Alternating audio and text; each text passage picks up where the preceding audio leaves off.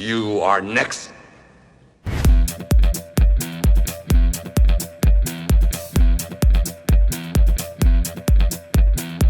Bolo Yeung is a Chinese actor, bodybuilder, director, and producer. The audience often remembers the good guys, but Bolo managed to win the love of fans by playing mostly bad guys.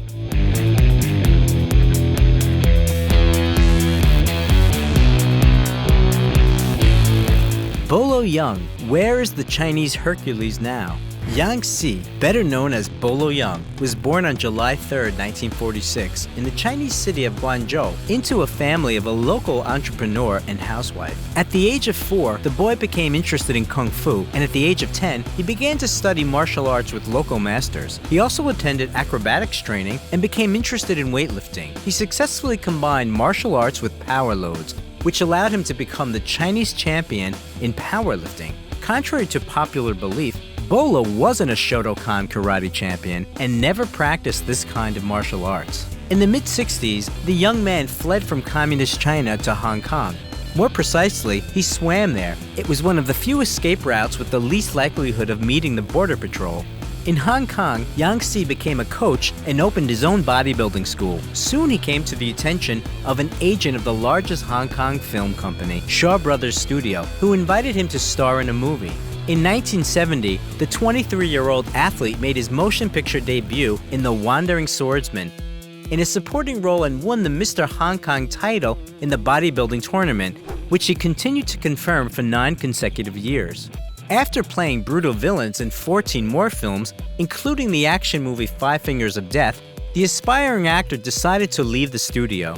The turning point in Yang Si's career was meeting Bruce Lee. At the time, Bruce was filming the movie Path of the Dragon, which was sponsored by Winston Cigarette Company. In cinemas, before the screening, it was planned to launch a short masterclass from Bruce Lee and a cigarette advertisement in which Yang Si was invited to star. A friendship struck up between them, and in 1973, Bruce invited his friend to play a bodyguard of his main on-screen opponent in the movie Enter the Dragon.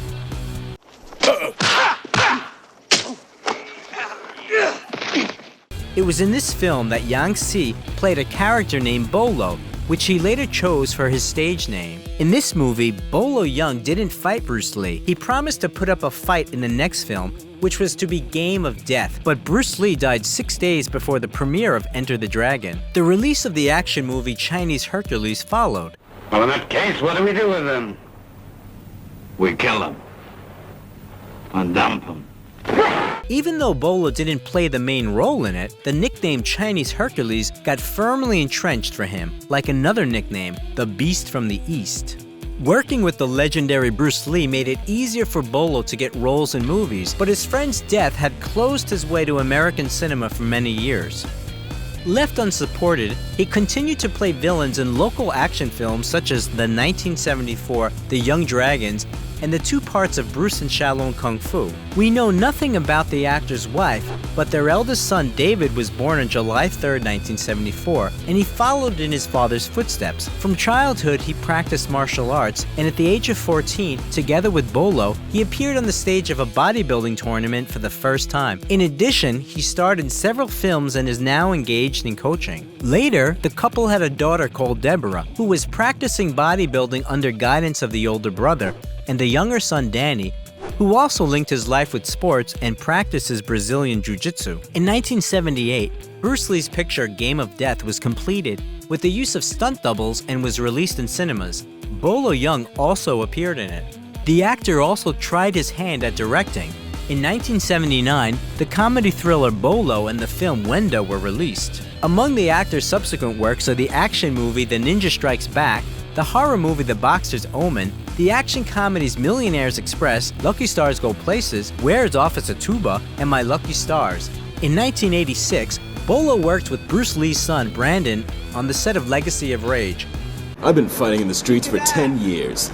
No one's ever laid a hand on me. He not only played the main character's antagonist, but also prepared Brandon for fights. Yeung would book the gym for 9 a.m., but Lee only would show up at noon. Lee was reluctant to exercise. He only did it because the producers asked him to. While acting in movies, Bolo Yeung repeatedly became the champion of Southeast Asia in Kempo from the late 70s to the late 80s. Even in the 90s, he still successfully participated in competitions. Bolo Yeung became world famous by the action movie Bloodsport, released in 1988, in which he played the main villain named Chang Li. Very good. But break, not hit back. On the set, he met the actor Jean-Claude Van Damme, who had always been a fan of Bolo. Although critics gave the film negative reviews, the audience received it well, and the career of the 42-year-old actor got a second wind. Bloodsport gave the actor access to the roles of the main negative characters in action films Blood Fight, Breathing Fire, Tiger Claws, Fearless Tiger, and Ironheart. In 1991, Van Damme invited Yeung to play his rival in the film Double Impact, offering a fee of $25,000. Where are the twins? Fuck you. Stop! They've gone. They've left the island. She lies. 20 years later, Jean-Claude's son surprised his father by inviting Bolo to dinner, and they gladly revisited the times when they worked on the set together 15 hours a day. Bolo constantly mentions in interviews that the role of a villain entrenched in him doesn't embarrass him. Nevertheless, there are several roles of good guys in the actor's filmography. In 1993, he played in the fantastic action movie TC-2000, and also appeared as Master Shingo in the films Shoot Fighter, Fight to the Death, released in 1993, and Shoot Fighter 2, 1996. You want to press charges, we'll meet you in court. Now, get out. Relax. Also in 1996, Yeung starred in another action movie, Tiger Claws 2, after which he had a career break.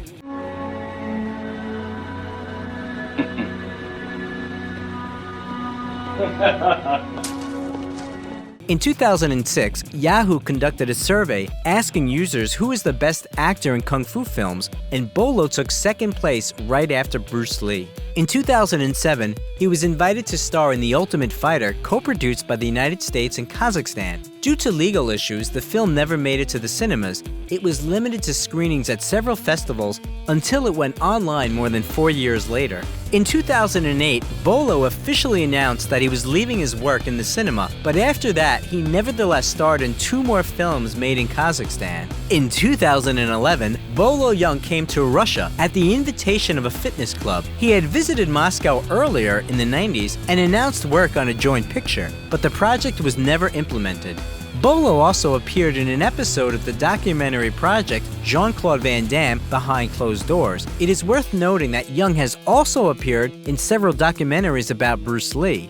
In 2016, the actor played a cameo role in Diamond Cartel and appeared in the action-adventure movie The Whole World at Our Feet a year earlier. Bolo is currently the chairman of the Hong Kong Gym Business Association and the team manager of the Tapai International Bodybuilder Squad. He also conducts master classes, celebrity stakeouts, and autograph sessions. He begins every morning with a 2-hour workout, doesn't smoke or drink alcohol. The fortune of 74-year-old Bolo Yeung is estimated at $1.5 million and mainly accounts for real estate. Since 2018, the actor has been living in Monterey Park, California, in a 2-story house with 5 bedrooms and 4 bathrooms. On the ground floor, there is a dining room with an elegant chandelier and a large open kitchen with a dining area leading to a living room with a fireplace. There are 3 more bedrooms on the 2nd floor, and there is a seating area in the backyard with a gazebo and a fountain. The garage has space for 4 cars, but only one of Bolo's cars is known to the public. It's the $49,000 Audi A3 convertible. Amiable in common life, Bolo Yeung always knew how to bring the feeling of a real threat on the other side of the screen. He tried to make people see martial arts as something more than just a circus, and once said that a real professional should make one move which will be watched breathlessly. What is your favorite movie with Bolo Yeung? How Mel Gibson lives and what happened to him. Mel Gerard Gibson was born on January 3, 1956 in suburban New York. He was the 6th child in his Irish Catholic family. The boy was named after Saint Mel and Saint Columcille, who is venerated as one of the 12 disciples in Ireland. His parents, Patricia and Hatton Gibson, were ordinary, deeply religious people. They saw the meaning of life in their children, thus the family turned out to be quite large. They had 11 children in total. It seems that the great future of Mel was genetically determined because his paternal grandmother was an Australian opera star and his grandfather was a millionaire. He owned a successful tobacco business in the American South. The second ingredient in the formula of success was his parents' boundless love and care. They did everything they could to support the children. However, the family couldn't be called well off. The father was a conductor on the New York Central Railroad, where he sustained occupational injury. Having a high IQ and iron will, Hutton sued his former employer and got a substantial compensation of $145,000. Moreover, his sharp mind allowed him to win $21,000 in an international game show, and this money was very useful when the USA was about to enter a large-scale war conflict in Vietnam. The head of the family didn't want to risk the lives of their children, who would be eligible to be drafted for service to fight in a war, and he decided to move his family to Australia. Mel successfully graduated high school and got a parallel religious education, dreaming to become a journalist. But his sister helped him a lot to choose his future vocation. She knew that her brother was very artistic and liked to prank people, so she applied to Sydney National Institute of Dramatic Art on his behalf. Gibson himself was not very eager to go there. The day before the audition, he got very drunk and had a fight, and because of that, he didn't look very well. Fortunately, the commission liked this rough look, and he started his studies, living with his friends in Sydney. Among these friends was future Oscar winner Geoffrey Rush. While still a student, Mel appeared in his first movie, Summer City. This way, he earned only $400. Right after graduation, he started to receive offers for roles in movies, as well as an invitation to join the National Theatre Company. His first steps in this field brought him success. Almost simultaneously, two movies hit the theaters: critically acclaimed movie Tim and a cult dystopian movie Mad Max, directed by George Miller. It'll take you 10 minutes to hack through it with this.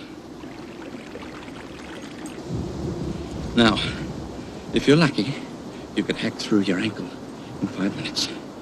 Go. The Grim Road movie brought fame to the aspiring actor, and he earned 15,000 Australian dollars for that role, and eventually, Mad Max turned out to be the most successful Australian movie, grossing over $100 million worldwide. At first, the young actor didn't expect to get the lead role because he showed up to the audition after another fight. His face was swollen because of the bruises and abrasions. That's why he was advised to come back a few weeks later to try to get a role as one of the bandits. After getting himself together, Mel came back to the audition, and they offered him to try out the role of Max. No one realized that this handsome young man was there before, hungover and beaten. Fate gave Mel one gift after another, and this time he got lucky in his personal life. He met a charming dentist's assistant, Robin Moore. The couple met in Adelaide. The actor came there touring with the theater, but there's also an alternative version, according to which they met with the help of a dating agency. Perhaps he had to use the services of the professional matchmakers because as a young man, Gibson suffered from an inferiority complex. He had a lot of fleeting relationships, he fought a lot, he drank a lot, and he got in all kinds of trouble. After another fight, Mel was on the verge of death, and that was the reason for him to turn his life around. In 1980, Mel and Robin got married. The marriage was very solid. It lasted for almost 30 years. They had 7 children, 5 sons, and 2 daughters. Getting a reliable refuge in his wife, Gibson proceeded to conquer the screens. In 1981, he starred in Miller's Mad Max 2: The Road Warrior. 2 days ago, I saw a vehicle that'd haul that tanker. You want to get out of here? You talk to me. The movie was received well by the audience and praised by the critics. It was mentioned as one of the best movies of that year. Mel earned $120,000 for the shooting. At the same time, he appeared in several successful movies. A war drama Gallipoli about the hardships of the First World War, for which Gibson earned 35,000 Australian dollars, and Attack Force Z, an action film about the Second World War, which brought the actor 1,000 Australian dollars. And a romantic drama film called The Year of Living Dangerously, in which he starred with Sigourney Weaver. In the next couple of years, Gibson rocked Hollywood like a hurricane. He starred in one top-notch film after another. In 1984, an adventure drama, The Bounty, came out. Then the actor starred in the drama film called The River, which he got nominated for several Oscars, and a drama film called Mrs. Soffel. The popularity of the actor brought him a $1 million contract with a Japanese brewery called Asahi. According to the contract, the actor was obligated to regularly appear in public with a beer can. Gibson was thoroughly fulfilling the obligation, drinking around 8 cans of beer a day in a row, and when advised to replace beer with tea or water, he refused. Probably that contract backfired at Gibson because during this time he lost his driver's license for 3 months and got a $400 fine for drunk driving. In 1985, the third Mad Max movie was released. This was the last time Gibson played that role. Mad Max Beyond Thunderdome was spectacular and action-packed, and Mel got 1.2 million Australian dollars for the role. Wow. If you find him, what then? I'll ask him to return what's mine. Oh, and of course he'll be desperate to clear his conscience. He will be. You that good? Mm-hmm. He finally established his presence on the Hollywood Olympus by playing the lead role in the cult classic action movie Lethal Weapon in 1987. $100,000. $100,000. Did you hear what he said? 100,000? I'm sorry, I can't afford that, not on my salary. The movie brought its creators a bunch of awards, including an Academy Award nomination for Best Sound Mixing. Martin Riggs, masterfully created by Mel, is one of the best cinema characters according to Empire magazine. They filmed an alternative beginning depicting the main character as a less likable person, as well as the ending. They weren't included in the DVD release. The success of the first film prompted the producers to make a sequel, and between the two parts of the franchise, Gibson starred in a crime film, Tequila Sunrise. After the end of the filming of Lethal Weapon 2 in 1989, it became clear that it's not commercially reasonable to kill this character, and the original script was rewritten to allow another sequel to be made. There are 4 movies in the franchise in total. And Riggs, one more thing. What? You know what that says?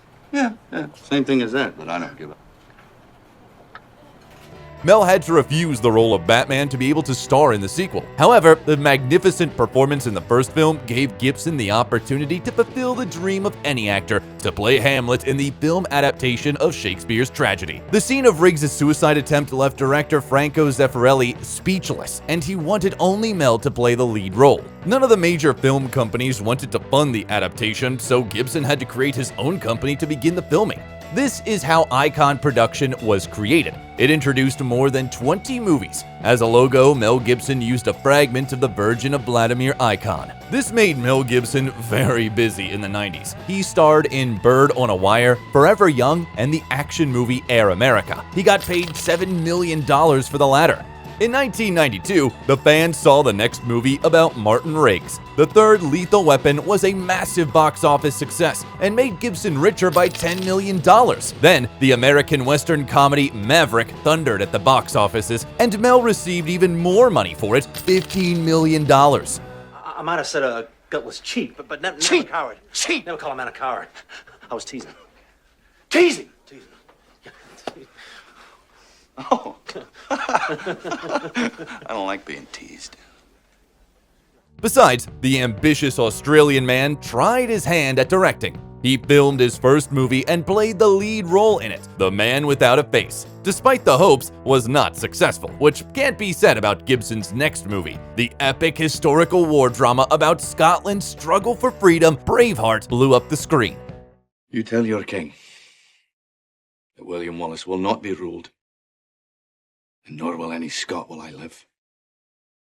The proof of the appreciation were 10 Oscar nominations. The movie won 5 of them, including one to Mel Gibson himself for Best Director. He also won a Golden Globe for Best Director. The story of the film creation is full of fun facts. For example, Mel's character is only 20 years old according to the script, and the actor himself was 38 at the time of the filming. Initially, the movie was supposed to be much more gruesome, but they cut out controversial scenes from the film to lower the age rating. The animal rights activists had some issues with the movie because they didn't believe that no horses was harmed during the filming. Gibson managed to get out of the scandal. He proved that some horses were mechanical. In 2000, in a special auction, the sword that was used by Gibson during the filming was sold for $170,000. In 1995, Mel tried his hand at animation. He took part in voice acting in 2 projects. Casper, and Pocahontas. Right after that, Gibson starred in 2 thriller movies for which he got $20 million, Ransom and Conspiracy Theory. In 1998, Lethal Weapon 4 was released. Mel broke his personal record again and got $25 million for the role. Moreover, he signed a profitable advertising contract with a Japanese company, Subaru, and appears in the commercial driving a right-hand drive Legacy sedan through Stockholm and New York. By the way, Mel himself chose another Japanese car. He's driving a modest sedan Toyota Cressida. At the turn of the century, the fans saw Mel in another action movie called Payback and in The $1 Million Hotel. He also voiced a character in Chicken Run. The historical drama, The Patriot, was praised by the audience, for which Gibson got $25 million. I understood you to be a patriot. If you mean by patriot, am I angry about taxation without representation? Well, yes, I am. It's peculiar that Mel asked to make several changes to the script. They added another child to the 6 children the character had because at that moment, Mel himself had 7 children. The movie, What Women Want, holds a special place in Mel's career. Do you ever consider dating a woman who wears real underwear? You know, the kind that covers the entire bottom the way it's supposed to. No, but if I ever do, should I give you a call?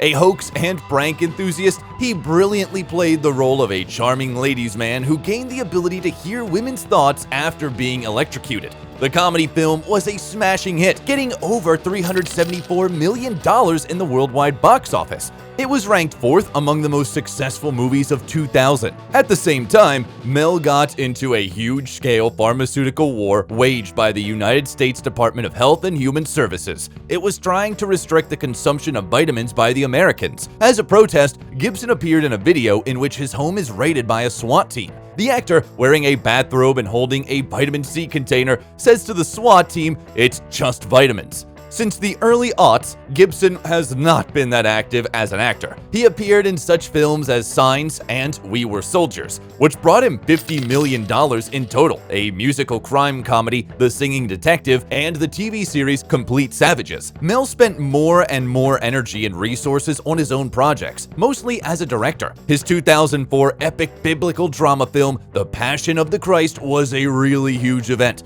The movie shocked the public, depicting the last 12 hours of the life of Jesus Christ. The dialogues in this movie were written in reconstructed Aramaic, ancient Hebrew, and Latin. Gibson, after the release of the movie, proclaimed that the Holy Spirit was the real creator of the film and he was just a vehicle. He even donated $100 million to the Catholic Church. The filming process was very difficult. The lead actor was constantly injured, including a lightning strike. To make it more authentic, they decided to avoid using CGI. The job was done exclusively by makeup artists who spent 10 hours on it. Moreover, the actor who played Jesus received real lashes and carried a real wooden cross weighing 154 pounds. Thanks to this selfless and rigorous approach, the movie turned out to be grand.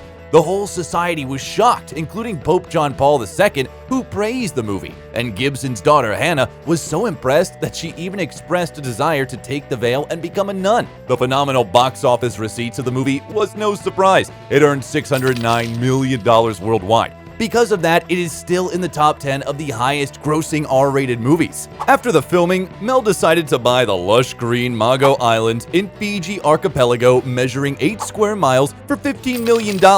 He said he plans on preserving the island's original condition for recreation, and he remains true to his words. The satellite images show only dirt airstrip, Mel Gibson's mansion in the northern part of the island, and houses of locals who are paid by the actor.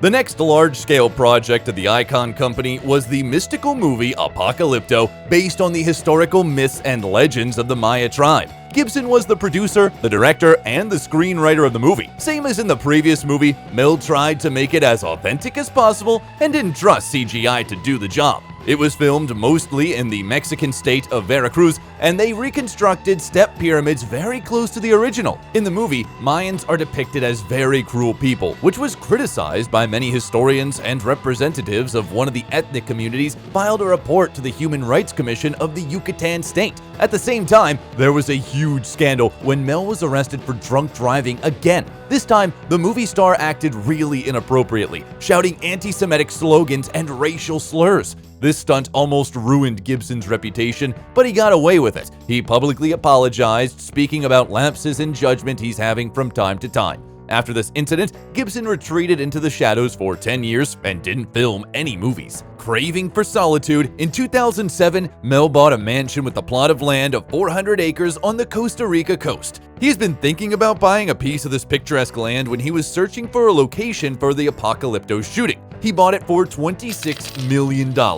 This ranch consists of a villa surrounded by tropical forest and a cute backyard. The home features several classic colonial-style bedrooms, wood-dominated dining rooms, and an on-site pool. Later, Mel tried to sell the house for $35 million. After all, Mel Gibson is not just a great actor, but a good businessman as well. He knows how to sell. In 2007, he sold another mansion in the Tudor style in Connecticut for $40 million, which he bought in 1994 for $9 million. This 15-bedroom castle-like mansion is surrounded by a stunningly beautiful garden, and the interiors of the living room with fireplace, library, and dining room are strikingly rich and charmingly old-fashioned. This break from the film industry and property purchase can be explained by the problems in his personal life. In the spring of 2009, there were rumors that Mel's solid family split up. Allegedly, the spouses had not been living together for 3 years. Soon, Gibson showed up to the premiere of X-Men Origins Wolverine with a Russian pianist and singer Oksana Grigorieva. She met Gibson during the filming of one of the movies, and pretty soon, the smitten actor became the producer of her album. There is a theory that the meeting was not an accident, but was organized by a known in certain circles matchmaker, Peter Listerman. However, this information is not confirmed at all. After the joint appearance in the news about Oksana being 4 months pregnant, Robin filed for divorce and got half of the net worth of the adulterer, $850 million. Besides that, Mel has to pay half of his income to his ex-wife, and later she got 2 Malibu mansions worth a total of $22.5 million. Actually, the breakup fee of the Gibsons is considered to be one of the largest in the history of Hollywood. In October 2009, Mel and Oksana had a daughter, who became the 8th child of the actor. The new family with newborn Lucienne lived in a $11.5 million mansion situated in Malibu. Mel bought the house from his friend, David Duchovny, but the family life didn't work out, and after 18 months, the couple split up, and a few months later, Grigorieva filed a police report stating that she was physically abused by Gibson.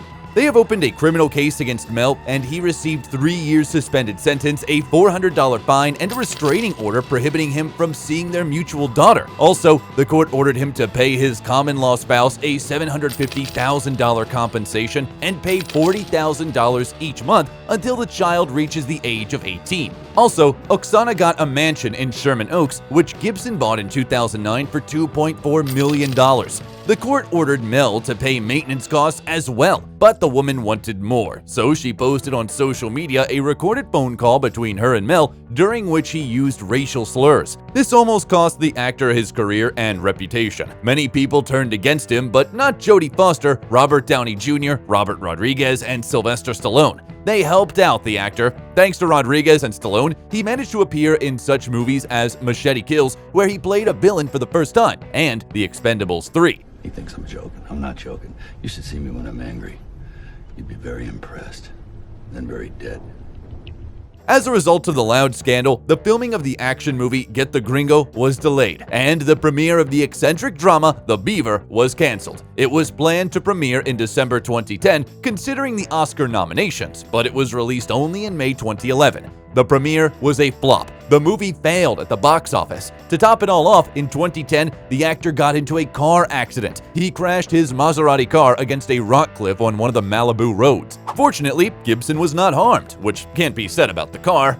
It had to be towed. It was completely totaled. After this point, the actor decided to drive a convenient electric smart car. He's been driving it for many years already. Mel tried to forget about the previous relationship, and in 2012, it was reported that he's dating athlete Ashley Cusato, but it didn't last very long. The next period of Mel's life can be considered a reset. He was completely inactive both in professional and personal life. Only in 2016, Gibson renewed his activity. He appeared in the action film Bloodfather and then directed Hacksaw Ridge, which brought him an Oscar nomination as Best Actor. Also, it was reported that his new girlfriend, Rosalind Ross, is pregnant with the actor's 9th child. On January 20, 2017, the couple had a baby. They named him Lars Gerard. Thus, Mel has the second place in the top of actors with the largest number of kids. Only Charlie Chaplin had more kids than Mel, he had 11. But something tells us that Gibson may beat this record. In the last couple of years, Gibson appeared as an actor in such movies as Dragged Across Concrete, Boss Level, Force of Nature, Dangerous, and Daddy's Home 2. Why does a duck have feathers? Why? To cover up his butt quack. Hey, kids, I got a good one for you. Two dead hookers wash up on the shore. Hey, whoa, shut up. The most peculiar film he starred in recently is probably The Professor and the Madman, 2018. This movie was in production for 17 years. The filming process was full of scandals and lawsuits, so the production company Voltage Pictures banned the crew from filming in Oxford, England. The reason given was budget overruns and lack of time, and as a result, the filming was moved to Ireland. Enraged, Gibson couldn't let the company cripple his film this way, and he tried to ban the release of the film through the court, but he failed. In revenge, he decided not to participate in the advertising campaign. In 2020, there was a premiere of a comedy action film, Batman, with Mel Gibson in the lead role. Remember when my bacon went through the vegan sugar-free phase? Yeah. I was lucky to survive it. Must have lost 12 pounds. In 2021, Gibson appeared in the action films Agent Game, Dangerous, and Last Looks. And the following year, audiences could see the actor in Father Stu, On the Line, Hot Seat, Panama, and Bandit. After all the lawsuits and alimony, Mel Gibson's net worth is now $425 million. Despite the fact that according to some open source estimates, Mel received a record sum of $450 million for The Passion of the Christ and invested only $30 million of his personal money. According to the most recent accounts, Mel is not sitting idle. Gibson is gonna be the director of Lethal Weapon 5. Besides, he will play the lead role in the Continental miniseries, which is about to be released. The most intriguing is the rumor that the actor is working on the sequel of his epic film about the life and death of Jesus Christ called The Passion of the Christ Resurrection, where Gibson will act as director, screenwriter, and producer. We tried our best to tell you all about the life of this brilliant actor, talented director, and unique person, Mel Gibson. Do you think he'll manage to surprise the world with a new masterpiece as he did with Braveheart and The Passion of the Christ? If you liked the video, leave a like and subscribe to the channel so you don't miss anything interesting.